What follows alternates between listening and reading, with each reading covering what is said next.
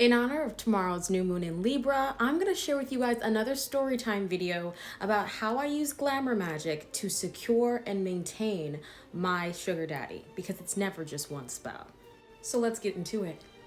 Now, I had more than one sugar daddy, but the real heavy hitter, I needed to maintain that relationship, which meant consistent, ongoing spell work. Again, like I said before, I did that initial working, which helped me to lock it down. But throughout the whole of the relationship, I had to make sure that we could stand the test of time and overcome the normal bumps and bruises that most relationships go through. The difference here was that he was putting a roof over my head and pretty much paying for everything that I was doing in my life. So I had to make sure that he wasn't going to stop doing that off of some petty bullshit that was happening in our relationship, which every once in a while he would try to do some shit like that. And this one simple trick changed everything for me. Now, I'm not somebody to be spell happy and to just constantly be casting rituals and spells. I prefer things that have efficiency, right? Ongoing work that keeps working it and can be activated in a higher level when you call for it. So the best way to do that was to create a shaker jar. And I first found out about shaker jar magic from someone on YouTube, and their instruction was more about money or love or protection, and I needed it to be specific to this person. So what I did was I made a sugar daddy shaker jar. The intention of the shaker jar was simple, that my sugar daddy was generous, kind, gave me whatever I wanted, and he was quick with his delivery. Now, I had to make sure that the ingredients inside that shaker jar matched the kind of relationship that we had. Now, it was sugar for me, but not really sugar for him. And our relationship needed to be a little bit more grounded. So I did what any bad bitch would do. And I mixed salt and sugar together. Savory and sweet, baby.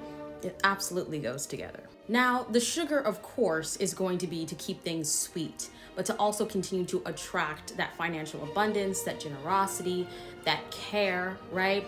But the salt was there to provide a protective layer and to bring more of a platonic energy that allowed me to continue with the kind of dynamic that we already had, which was I get sugar, but he didn't really get sugar unless I wanted to do that, which I never really wanted to do that. Now, of course, there was a whole ceremony to it. There were crystals that I put inside of it, the whole 9 yards. And all of that is depicted in my book, Baddie Bruja Secrets. But what really made me believe in this work was the second that I created that shaker jar, I shook that jar until the very last day that he and I were together. When I finally left him and I opened up the contents of that shaker jar, it completely changed the dynamic of our relationship, which I knew that that was gonna happen, and I was fully prepared for that.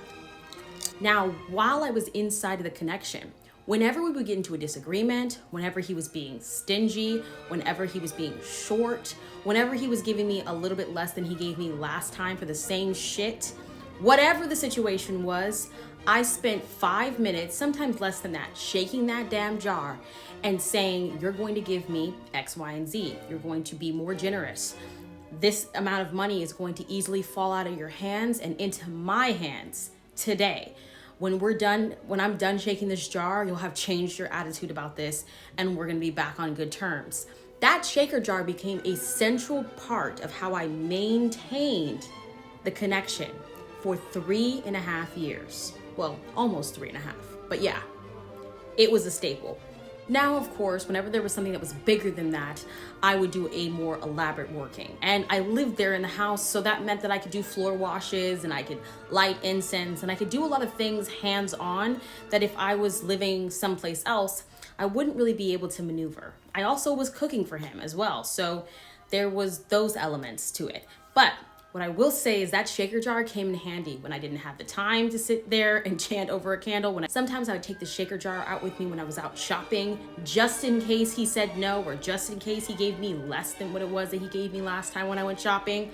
And I'd shake that bad boy up in the dressing room and make sure that in the next 20 minutes, or at least before I even asked him for money, that he was already feeling in a generous mood. That shaker jar was a quintessential reason why no matter how bad things got between us, highs and lows, other bitches trying to come in between us, weird financial things going on with his business, whatever, I never went without. You word the petition inside the shaker jar well, then it can be something that truly serves you. I would keep it short and sweet, a sentence, no more than a sentence, because the more wordy and all this that it gets, the more dispersed the energy becomes, and it makes it harder for it to hyper focus on what it is that it needs. So something as I get what I want and I get what I want fast, that is a great petition, right? You know, you always give to me with a generous heart, and I never have to ask twice, right? Like whatever, it could be anything, but the intention inside the shaker jar is just as important, if not more, than all the other ingredients. And if you want the full breakdown on how to make this sugar daddy shaker jar, then you need to get my book, Baddie Bruja Secrets, or join my Baddie Bruja Coven and become a member, where I give you exclusive access to content that I don't post anywhere else. So if you're serious about getting a sugar daddy, I highly recommend that you get a copy of my book and start casting as soon as possible. All right, love you, bye.